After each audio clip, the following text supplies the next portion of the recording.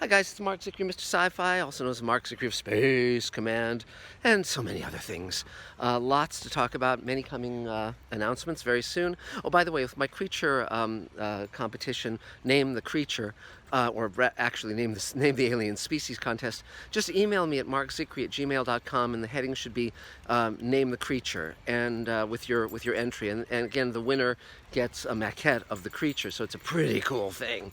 But and lots happening, lots going on. We're launching the Kickstarter campaign to raise the money to shoot the rest of Space Command Forgiveness, and many other things going on. Lots to talk about, but that's not what we're talking about today. Now, as you know, with Mr. Sci-Fi, I usually talk about science fiction, but today I will go into fantasy, talk about Game of Thrones, because that's what everyone's talking about. Everyone's talking about it, and I have actually been watching the show since the first season, so I'm actually up to speed on it. And I actually worked with George R.R. Martin on 2 TV series, on the Ron Perlman Beauty and the Beast, and also on Twilight Zone when they brought it back in the 80s. So I've known George for over 20 years, and it was fascinating when he did the Doorways pilot, which the same year as Sliders. It was about characters going between parallel Earths, and it was a great pilot, did not get picked up. And George went back to New Mexico and decided he was going to write a book so big it would never be a TV show, and that became Game of Thrones. But Vince Gerardis brought it to Hollywood, and it sold as part of the Ralph Fichinanza agency. Anyway, there's lots of twists and turns in that story, but it's fascinating. But let's talk about, we have one more episode of Game of Thrones to go, and then the show's over until we see the spin-offs and the prequels and all of that. And I'm also reading George Martin's new book, which is a prequel to Game of Thrones. I'm enjoying it very much. He wrote it as essentially a history of the time before the series starts. And you can see why he would write that book, because now he's got a conundrum of, you know, they finished the series, and is he really going to write the books continuing the story from, you know, what, season 4? And be an also ran, or we'll see his interpretation. It just seems like a drag to have to do that. But anyway, so here's where we stand. And the reason I wanted to do this video about Game of Thrones was to talk about the show, talk about the fan reaction, and talk about what the final episode might have in it. And I'll tell you Elaine's guess, which I think is a really good guess. So as you know, in the last episode, Daenerys essentially went Mad Queen on us, and, you know, rained fire on the innocents of King's Landing, and basically, you know, wreaked havoc and killed a whole bunch of women and children and innocent people and so forth. So and our guys, the good guys, quote unquote, started, you know, raping and killing and all of this stuff, and Jon Snow was horrified. So one thing I will urge all of you to do, if you're curious and if you're fans of Game of Thrones, is go back and watch the first episode and see how amazingly the show has ramped up in every department. When it started, the clothes were much more kind of threadbare, the sets were less grand. I mean, they didn't know it was going to become a huge, major kind of show. So everything is more standard television in terms of production. And then it got bigger and bigger and bigger. And now it's just an astonishing show. It has revolutionized television, because when George wrote a series of novels they thought would be too big to ever be a TV show, he was right. And then they created a TV show that was on the scale of what he was writing, and it's as good and as huge as any feature you could imagine.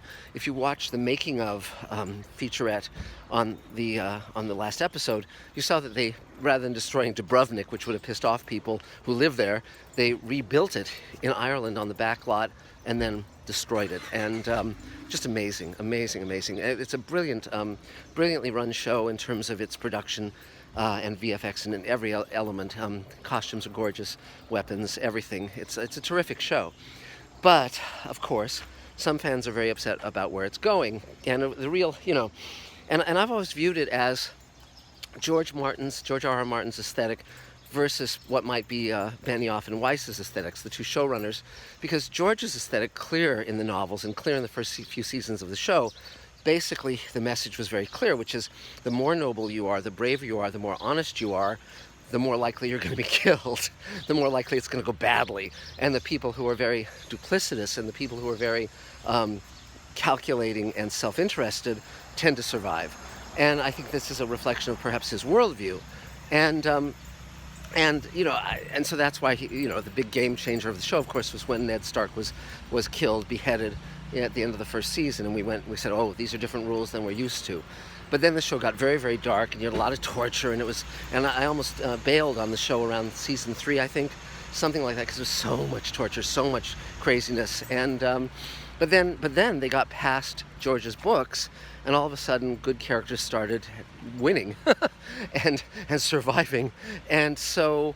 And they had Daenerys as an ostensible heroine, and she frees the slaves. She says she's going to break the wheel, all of that, and then of course she and Jon fall in love, and then we thought for a moment, oh well, this is going to go really well. They'll end up marrying and ruling, and then of course they throw the monkey wrench, which is, well, they're related. She's his aunt, and whereas she doesn't mind that, Jon does, and doesn't want to go down that road. So we knew from that moment on it was going to be much more complicated, and how's it going to turn out. But it's fascinating because I think if you went back and watched the show, the entire series, with the knowledge of where it's going, you'd see how they set it up. They have set it up with Daenerys being increasingly merciless and increasingly unyielding, and with more and more of the people she loves dying and the people she trusts. So she trusted, Ser Jorah, and she trusted, Missandei or whatever her name was, and and so forth, and Tyrion, whom she trusted, she's become less and less trusting of him as he makes bad calls, or at least calls that are not in her interest. So we have one episode left. So where's it going to go? Very interesting, because we have changed Daenerys from the heroine that we're all rooting for to a monster, essentially, because she's so angry and so grief-stricken and so out for revenge. So some of the fans, I talked to a friend of mine who's a showrunner yesterday, and he's disappointed in this season, and I think some of the fans are. He feels it's too perfunctory, it's going too fast in terms of dispatching so many characters so quickly. I have actually found it very entertaining, and I find it. I think I like where the show has gone, because it surprised me, and I thought Jaime goes back to his sister. That for me, it was like, well, yes, this is what he would do. He loves her, and he's going to be there for her despite everything, and with Daenerys, it's like, okay, step by step they've taken us to this point, and Varys, of course, tried to warn them and was killed for it, and Tyrion, it's the essence of, how far do you go for the stand you've taken? How much, it's the question of Tyrion. The Varys, they've really spelled out where things go. They've really spelled out where things go on the show now, because it's sort of like Varys' point was, you get the best, you choose the best leader, and if the person you're following isn't the best leader, you switch sides, and Tyrion's basic thing is, well, you ride the horse you came in on, basically, and you decide who you think is going to be the best, and then you stick with them.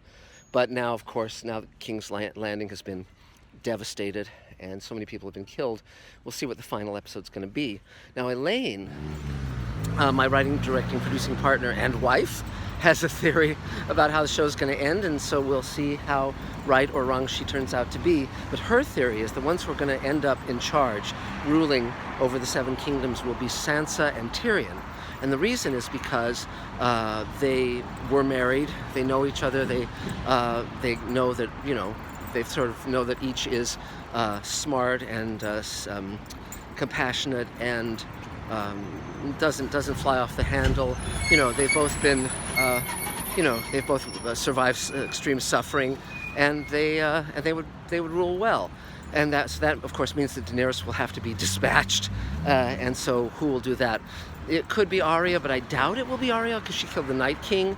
It's, so it may be Jon, because Jon could then become the Queen Slayer, sort of. They do a lot of parallels, if you notice. For instance, the incest between Cersei and her brother Jaime was mirrored by the incest, unwitting on their part, by Daenerys and Jon, and the Battle of the Bastards was again that parallel, and so forth. So it could be that they're going to do that. So where Jon has to end up killing his liege, essentially his queen, or alternatively it'll be someone else killing her. But we'll see. We'll see what happens. But definitely, the characters are all going to be reacting to the fact that they've just been witness, in some cases, unwilling participants to a massacre. But it's going to be very, very interesting. I think that the show will end. I think it will end with someone more compassionate ruling. I don't think they're going to just have it end with Daenerys is in charge and that's that, because it'd be such a bleak ending. And but we'll see, and we'll see how our characters fare and who survives this last episode.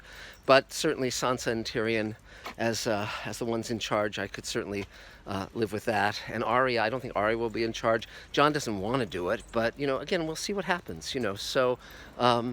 It's going to be an interesting time. I think it'll be it'll be an ending people will certainly talk about, and I'm glad that they put so much effort and time and thought into all of this, and we'll see what the next Game of Thrones series is like. So thanks very much. We'll talk soon. Remember, Space Command shares are still for sale, $7,500, and you can contact me at markzicree@gmail.com or 323-363-1259. And, subscribe to Mr. Sci-Fi. We're doing a lot of these videos. And that's it for now. Thanks a lot, guys. Bye-bye.